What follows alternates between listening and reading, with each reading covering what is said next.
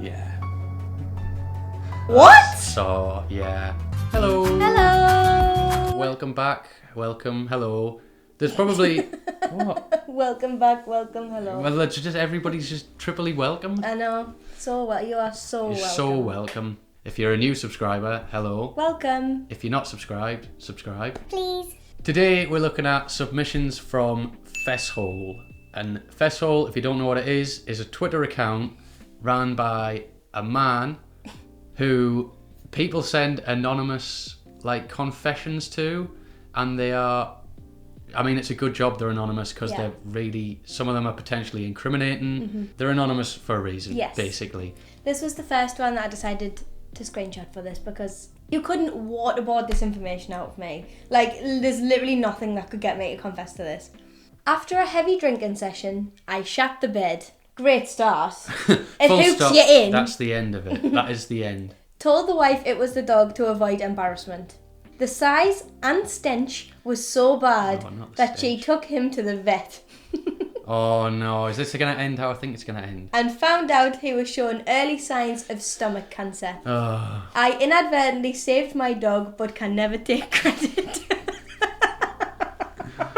Well, that kind of had half of not a happy ending. I mean, if he hadn't shot the bed, the dog might have died. That's the most heroic way to shit the bed. It is. you If you're going to possibly- shit the bed, Yeah, do it and save your dog's life. yeah. You know what I mean? I've never shat the bed. Even as a baby, I didn't. I didn't. But I'm happy for the dog.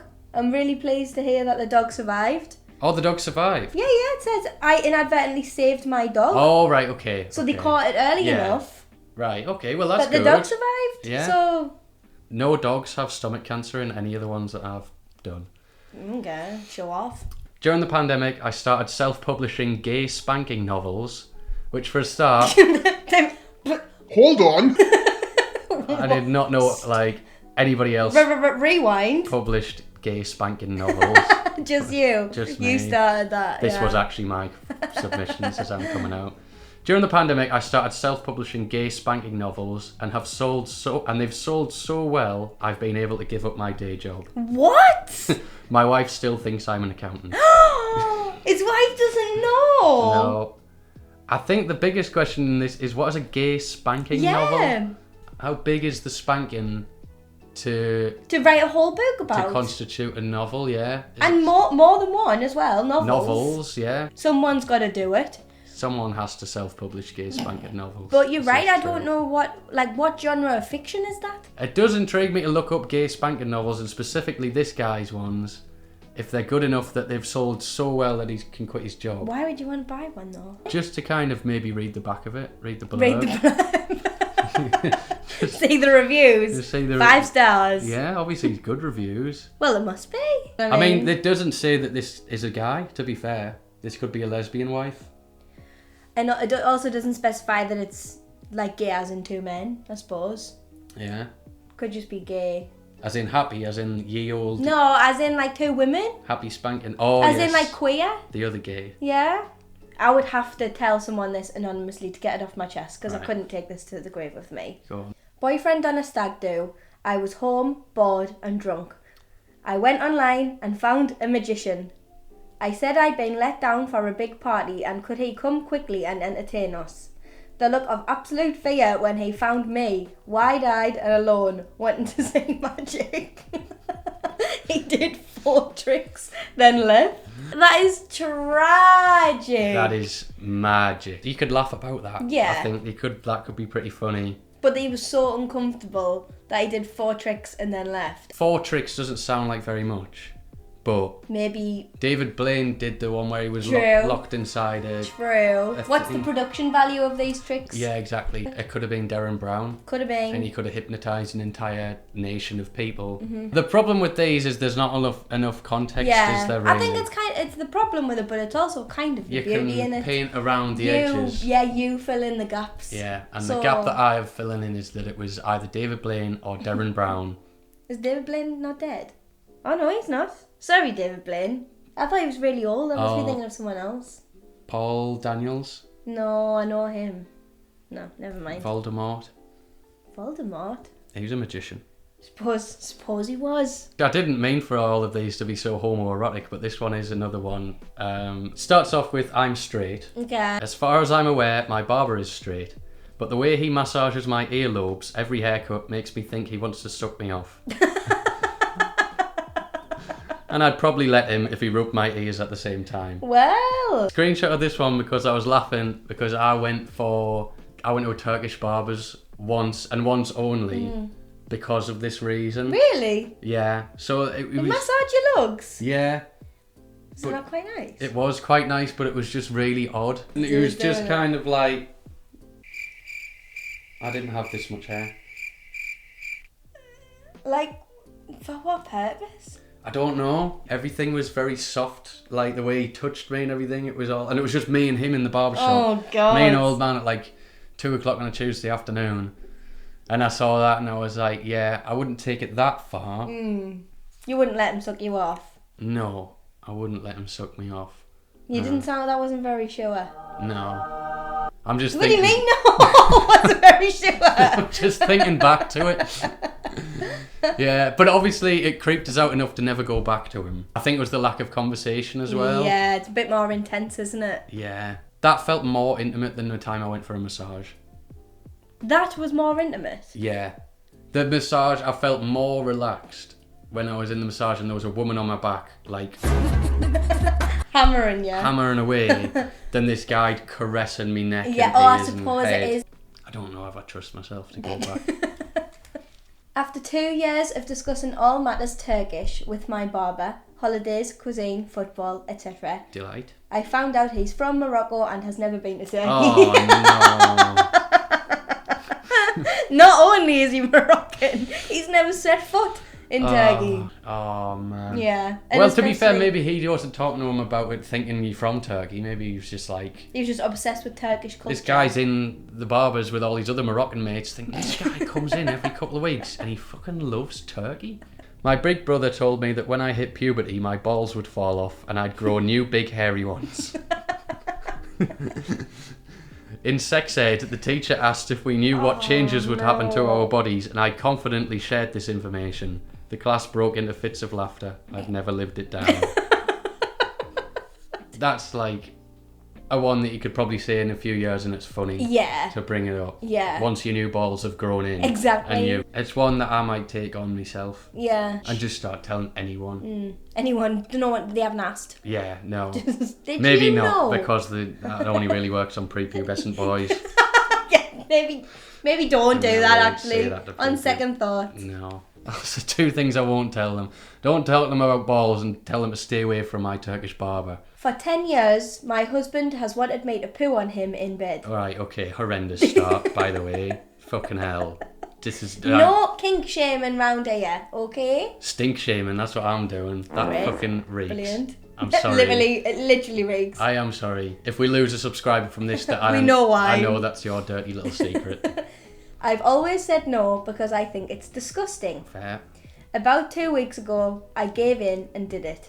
Alright. It was completely disgusting. Of course. He looked repulsed, barely touched it, and neither of us have mentioned it since. Well, The part that is quite shocking is the fact that he didn't... Like, what did he think was going to happen? yeah, that's what I mean. I think if you feel like you're If that... you're so into it that you literally get your wife to shit on your chest. I think he's seen it, but he Yeah. hasn't ever experienced it. Yeah. And the reality is, I don't know if your marriage survives that. You can't look at each other in the eyes after that, realistically, can you? The worst part for me, not the worst part, I can't lie, it's not the worst part. Go on, what's A the bad worst part about that for me, can you imagine being the husband scrolling on Twitter, seeing that, knowing your wife has submitted that to Fesshole? This is what I think about some of these, is like, some of these aren't so, they are so obscure. That and it could only be... yeah, that somebody has got to see that and be like, I know that's about me. Yeah. To be fair, I think once you've had your wife's shit on your chest, you could probably handle anything. I was laughing about the aftermath of like, did you like that? No, And but then I being like, imagine in the moment, it's very clear that he doesn't like it. I know, but then what do you That's do? instant regret. Do you There's shit just- all over his chest. It fucking stinks, obviously. The fact that she's had to build herself up for 10 years and he can't even follow through. What a coward. I think When she's followed through. she's followed through, exactly. My girlfriend has quite a big forehead. When I lie next to her in bed, I can't help but think, how far could she hit a football? Have you ever thought this about me? No, because first of all, I don't think you have that big of a forehead. I think you've got quite a normal-sized forehead. Just for context, people in school used to call me Jovino. I'll put a picture up of Jovino, so you can see. Maybe I've grown into it. Maybe it's not that big anymore, but I do have a bit of a complex. What the funniest thing I think is about that, the metric of the bigger the forehead, the further you can head a football. I guess you get more like surface area, I suppose. So you get more of like a, you know what I mean? Yeah. Do you know what we need? We need Brainiac to come back. We need John Tickle to come back and test if that's a thing. Yeah. Because that means that bald people whose head is a forehead, it stretches all. They could fucking head a ball to the moon if that's the case. Because their forehead just still in orbit forehead to this technically day. goes down their back arse and all the way down their ankles. They are a giant forehead. Oh, okay. This one's pretty dark. Dark? Yeah. No. Just a warning. Do we need a trigger warning? Trigger warning for things that are bad. If you don't like things that are bad, and if you're easily... I mean, you've got through this wife having a shit on this guy's chest. Is it worse than that? This is worse. Wow. Yeah, I think. When I was a kid, we found what we thought was an alien wrapped in cloth inside a chest of drawers in a boarded up house. We put it in our den and made a shrine to it. It's only now I'm older I realise it was probably a fetus. Yeah. That was the worst one. What? So, yeah. I'm speechless. Yeah. That is one thing that would keep you awake at night, and then you've finally got a place to put it out. Yeah. And send it to this poor man and his spreadsheet. Yeah, because you can't just tell your mates that. Like, bring up, like, oh, I've got a funny story. When I was a kid, like, that's actually deeply, deeply disturbing. The guy was saying, the guy who runs this, that, like, because I was saying him on this podcast, and the guys were asking, like, do you ever get some that are, like, too sad and you're like, you don't want to put it on? And his answer was quite cynical, really. He was like, the sad ones do a lot better. Yeah. Like, engagement-wise. Yeah. That was the worst. That's a prime example of that, really. Yeah, that's the worst one. I work as a stripper for extra cash and fun. Good for you, girl. Yeah. When I get home, I sweep the glitter off my tits into a little jar so the kids can use it for art projects. Some of them are on display at school. A resourceful queen! Yeah. Why waste your money on glitter when it's already all over your tits? Titter. That's what you should call it. Tit glitter. Tittler. It's a work in progress. Yeah. That's all for today. That's all of the... I mean, there's millions of these confessions. Yeah. I don't know if we even scraped some of the worst ones. No, we definitely didn't. Alien fetus was pretty bad. That is dark. That is really, really bad. That's a changed person having seen that.